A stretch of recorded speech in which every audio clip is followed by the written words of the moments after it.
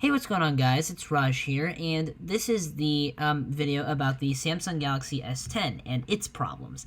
So, as you saw last video, I kind of talked about the Galaxy F or Galaxy Fold and sort of discussed a few of its problems.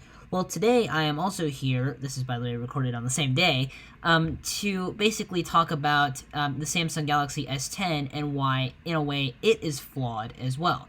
So, the way it's flawed, basically, is because it has the, I wouldn't really say ultrasonic fingerprint reader. I mean, that is still a pretty cool idea, but I will get to that in a second. Anyway, the main sort of point about this is that it is flawed because if you look right there closely, you can see an intrusion in the display. And like I said this in my Galaxy F or Galaxy Fold video, I will say this again. Samsung calls that not a notch, but a cutout. A cutout and a notch are the same thing, Samsung.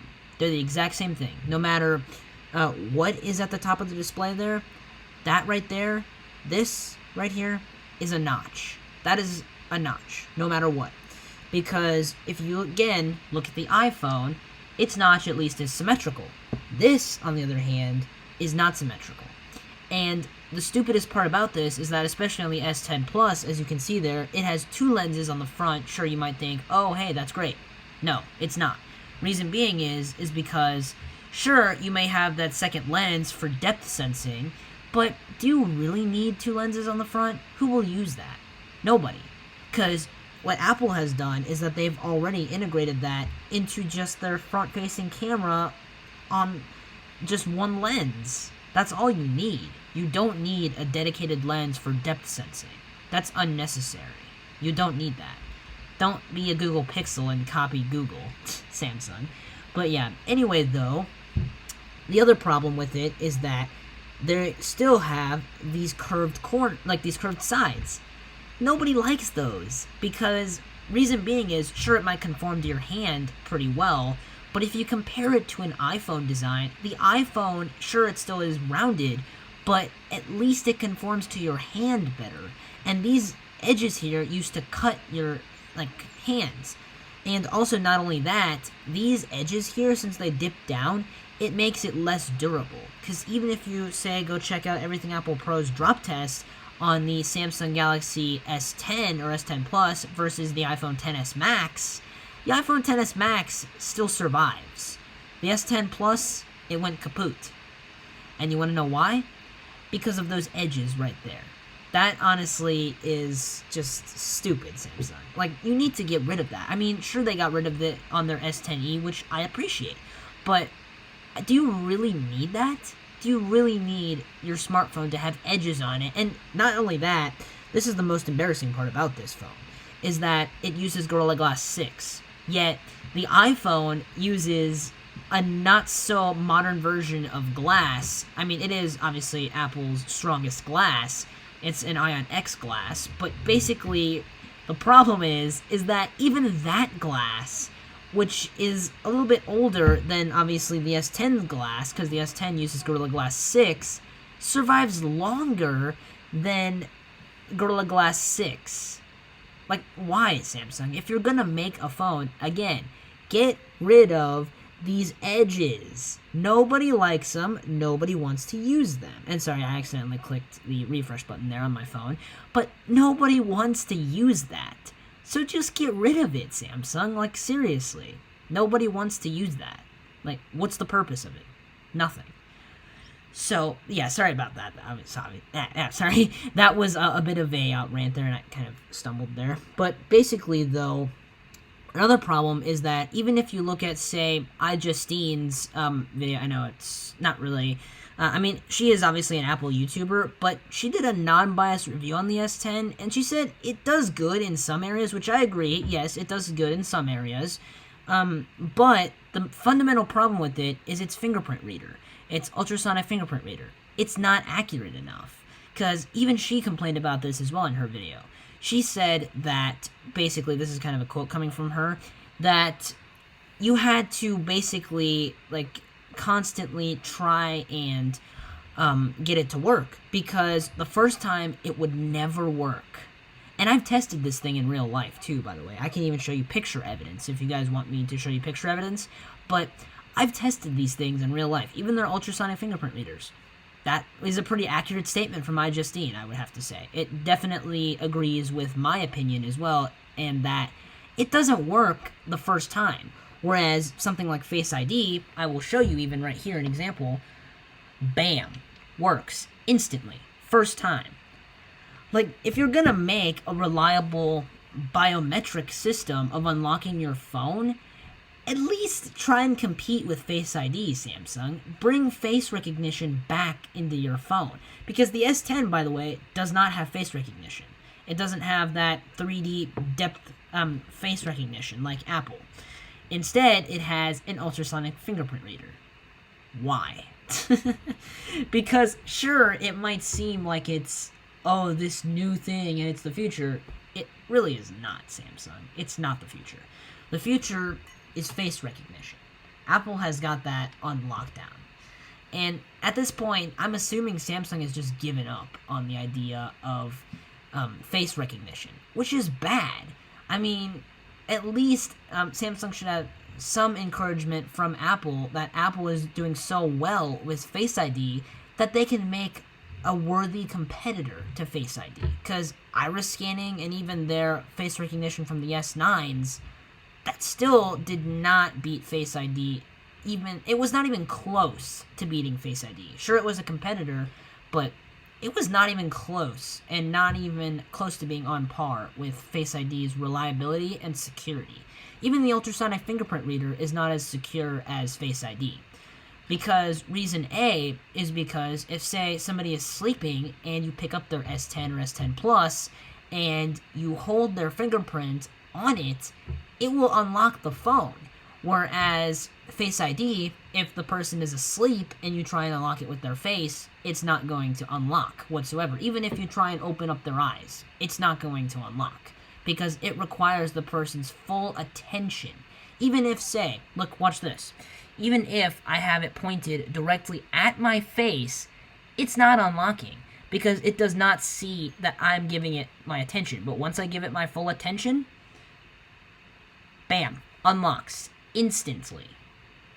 So, Samsung, if you can do something like that on your next S series of phone, I would greatly appreciate that. And I bet lots of other people would as well. Because then Face ID would actually have a worthy competitor.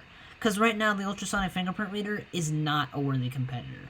Sure, it might be a different idea, but it's not a worthy competitor to Face ID in terms of security and reliability. Those are the two things it struggles at most of all. And the other part about it is that, oh wait, oops, sorry, my face cam there kind of got tilted away there. But the other thing, though, is that if you look at it this way, sure, the S10 might be more bezel-less than, for example, the iPhone XS Max. But it still has that chin down there. Like, for example, with Apple's iPhone X, they don't have a chin. Like, say, if I turn this off, obviously, if you look at this thing right here, it does not have a chin on it. It's an even bezel all the way around, minus the notch, obviously. But it's an even bezel all the way around. So, I mean, that's another thing, too. And really, the only part that is interesting about the S10 versus the iPhones is that its price is $100 less than the iPhones. But is it really worth paying that $100 less for a phone that's only going to maybe last you, like, what, 1 or 2 years, versus a phone that's going to last you 5 to 6 years and is just only $100 more? Like, what would you guys rather go for? Just comment below. What would you guys rather go for? A phone that's going to last you only 2 years, the Samsung Galaxy S10s, or a phone that will last you 5 to 6 years, aka the iPhone X, XS, XS Max, and XR? What would you guys rather choose? To invest $100 more into one of those flagships, into one of those flagship iPhones, or would you go for the Android, that being the S10 or the S10 Plus, or even the S10E? Would you rather go for that? Personally, I would choose the iPhone, because really this is an unbiased opinion. Well, not really unbiased opinion, but this is an unbiased answer, because sure, I might be biased towards Apple. You guys can make that point. But I'm, in this video, obviously, not biased towards Apple, because I think Apple, again, makes some mistakes sometimes as well, and at least they fix it. At least they make it right. But on Samsung's case, they don't make it right, because even this whole sort of privacy issue arose with the S8 and the S9, and that is when, with Samsung's messaging service, by the way, it's not really a solid messaging service for Android because they don't have one. Haha, Android. Yet iOS does. It has iMessage. But basically, though, the problem, though, is that without your consent, it would send through Samsung messages pictures of just random things, or like random pictures you took, to basically people in your contacts without your permission. Like, who does that? Like, seriously, Samsung. And I'm pretty sure that bug is still relevant as well. So, I mean, why haven't you fixed it yet, Samsung? Like, seriously, it's been just way too long. Why haven't you not addressed that bug in some way? Like, you have to address it. That's a pretty huge deal. And most people don't even know about it either until it's too late. So, that's why I'm obviously here to inform you guys about it, because it is very, very dangerous. So, if you have Samsung messages, I recommend just deleting it, honestly, because it could really compromise your security. Like, honestly. And it's really just a huge security breach. And it's really what made me not trust Samsung as much as I used to because of that. But yeah, honestly though, in my opinion, sure, the S10, like, sort of concluding this video, obviously, because it's, I bet, very long by now, but sort of concluding this video, I think that Samsung needs to reevaluate what they did with the S10 and S10 Plus, even the S10E, and try and make it more toward that bezel-less phone that we all have been dreaming about. I say that they try a little bit harder, and also make their speakers a little bit better too, because their speakers, by the way, are still not as good as the iPhone speakers. The iPhone speakers have honestly torched the competition, even the processors as well. The processor on the iPhone XS Max still kills any Android phone out there, no matter how new it is. It still kills it, honestly. And the XS Max and even the XS is like, what, 6 months old now? That's insane for the A12 Bionic. Like, seriously. Like, even Samsung's Exynos processors, don't get me started on those. Those still can't even compete with the iPhone processors. Sure, they may be close, but they still can't compete, because the iPhone is still faster, and it also has more reliable animations. You can even see that, too, in its single-core score. The iPhone has a higher single-core score as well. And reason for that is because of its smooth animations. Because if you look at Samsung's animations, not only applying to their S10s, but even their new One UI, it's still a bit choppy. And yes, I get it. The One UI is still new. But if you're going to make a skin for Android, at least make the animations very smooth. Because Apple has done a great job polishing these iPhone X-like gestures. They've done a really great job. And Samsung, on the other hand, they're trying to incorporate gestures, but they're still stuttery, they're laggy, and they're just unreliable. Even from my personal testing with the S10 and S10 Plus, even the S10E, it's not that reliable. Like, seriously, it works, sure, but it's not that reliable. And also here, I'm just going to pull up some photos here for you guys, showing you guys that I actually did, in fact, test the S10s. So, let me just pull up these photos here. Here we are. So there's the S10E right there that I tested, and obviously, okay, there we go. But yeah, there is the S10E, the S10, and these are live photos, by the way, so you can kind of see that whole camera cutout thing. Oh, sorry about that. And then, yeah, that's obviously the S10E, still has that same camera cutout, except thicker bezels on the top and bottom, and then you have the S10 Plus, which is, it has that pill-shaped cutout. But yeah, also, look at that front-facing camera, by the way. Don't you notice there that, by the way, this is on the S10 Plus, but did you notice there how the front selfie there, if I were to take a selfie, how washed out the colors are? Like, seriously. Like, that just proves it alone.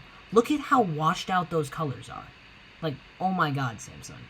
And then, same thing, again, washed out colors. That's the back of the S10 Plus. There's the front with the pill-shaped cutout, which, I mean, their wallpaper doesn't even really hide it that well, at least that one in particular. There's the back of the S10E. There's a selfie that I took on my iPhone X. Look at the difference. There's the iPhone X selfie. There's the Samsung Galaxy S10 selfie. Look at the difference in color. The iPhone has richer detail, it's not washed out, it's not like massively white, it doesn't overexpose the image. It's perfect. Like seriously, that's what it would look like in real life to look at me. That's what it would look like. That's a real life shot from a 2-year-old phone almost. Because this 10, it's starting to get almost 2 years old. This year it's going to turn 2 years old in November. On exactly November 3rd, the iPhone 10 is going to turn 2 years old. And mine specifically, it's going to be until December 22nd because I got mine December 22nd. I got mine a little bit later. But, I mean, that's just embarrassing, Samsung. Like, wow. I didn't know that their front-facing camera would suck that much. I mean, I was expecting a little bit better, to be honest. And even their ultrasonic fingerprint reader, it's honestly not worth it.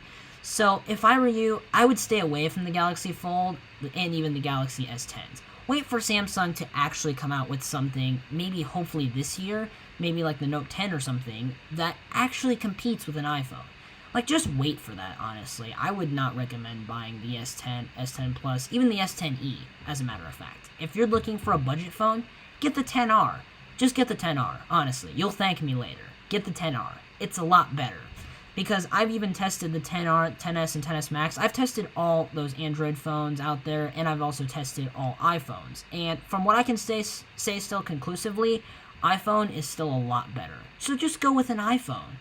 Don't even worry about Samsung and their phones. Even Google as well. Do not worry about their phones. Do not worry about OnePlus, Huawei. Don't worry about any of these guys, because they're not going to get you something that is better than an iPhone. Because if you're looking for reliability and longevity in a phone, go for an iPhone. An iPhone will last you 5 to 6 years, maybe even more than that.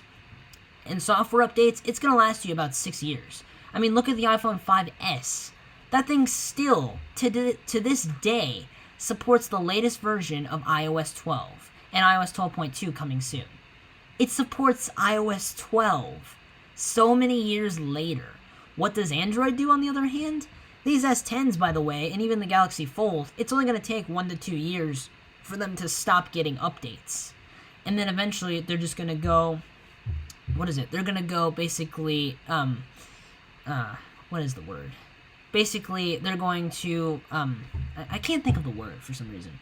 They're going to, though, basically be not as reliable / relevant anymore. Like, I mean, what I mean by that is that basically, they're going to go obsolete. So yeah, basically it's planned obsolescence. That was the word I was looking for. Obsolete.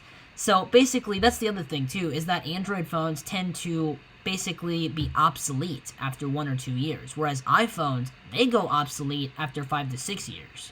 So you can have an iPhone for a pretty gosh darn long time and expect some pretty great performance out of it for all of its life. Not even just when you first get it or even through the middle of its life cycle, but throughout its entire life. Even my 10, it's actually speedy quick, and it's gotten even faster with iOS 12. iOS 11 was great on the iPhone 10, but I still think iOS 12 really sped it up by quite a lot. Like, seriously, Apple has made some pretty huge progress with iOS 12. And even with iOS 13 coming out soon as well, it's going to be just amazing progress. I honestly cannot wait for the first beta in June. But yeah, anyway, though, I will see you guys in the next video. And peace out.